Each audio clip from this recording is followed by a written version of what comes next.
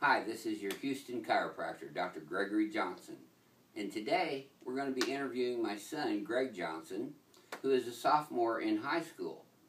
And I'm going to ask him a few questions about what is the most bothersome things that teenagers do in high school to cause neck and back problems. Son, what would be the number one thing you think that most students have to deal with on a daily basis that causes them to have neck and back problems that you've spoken to?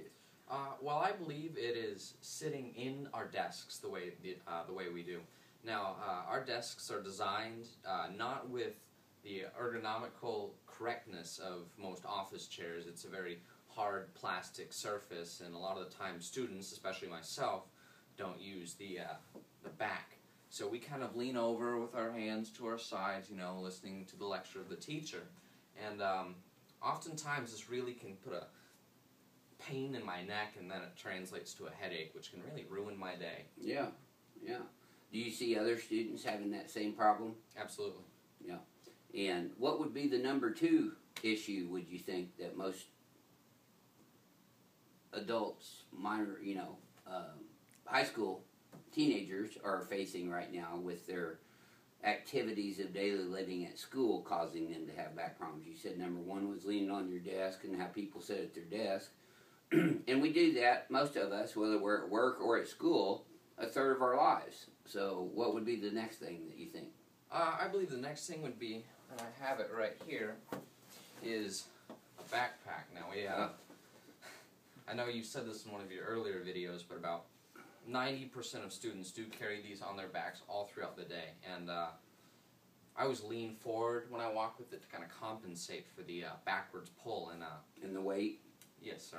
And it does put a huge strain on my lower and mid-back, so often translating into another headache, which is not fun. But lucky for me, my dad's a chiropractor, so He gets adjusted a lot more frequently than most in high school do, and we would encourage you, if you have high school students, that you get your students checked for vertebral subluxation or misalignment of the spine, so that they can grow up to be healthy and as strong and big as our son. As you can see, he's very large and healthy, and he's also very smart. We're very proud of him. What would be number three? Number three, definitely handheld devices, texting. Now, in class, we're not supposed to, but we all do. We don't want to do that. Yeah. So often, you'll get your phones taken away if you do that. We have a desk out in front of us, but we can't let the teacher see. So what we do is we kind of hide it under our knee, and we're going to look at it from an angle. So it often, again with the neck, you have to bend your neck a certain way to look at the phone and press the keys. So now, also, I'm not endorsing what he's saying or encouraging that, but I'm sure that your children do in fact do that, because I'm sure he's done that before. He's had his phone taken away. So what would you say is number four? Number four, a lot of the times, especially in modern society, we use technology, computers, laptops. So what I have right here is laptop, and now at our school, my school, we can use a certain pass, get the laptop registered so we can use it in class. So a lot of the times we're kind of hunched over again in the uncomfortable chairs, you know, typing up notes, you know, looking back, looking at a worksheet, so forth.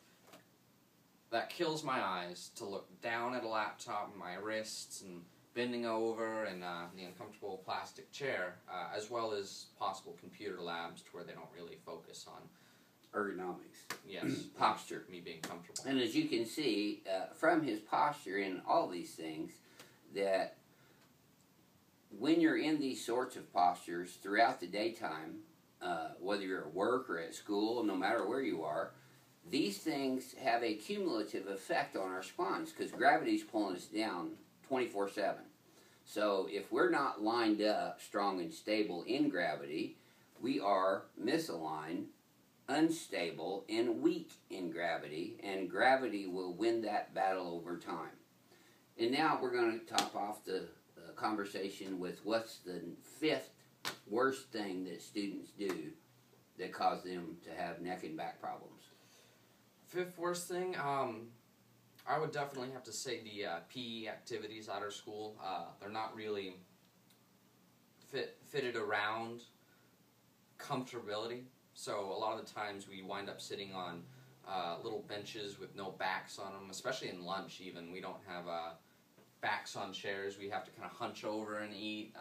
A PE at lunch, that's a new one. My dad likes jokes.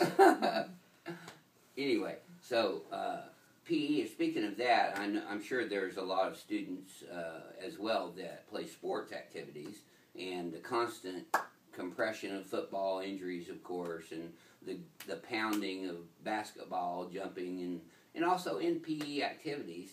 Do you get any kind of education from the PE coaches or the teachers at all on proper posture or ways to carry yourselves? No, sir. No? Yeah. Well, you got it from your Houston chiropractor, Dr. Gregory Johnson. Thanks for watching, and we'll see you next time.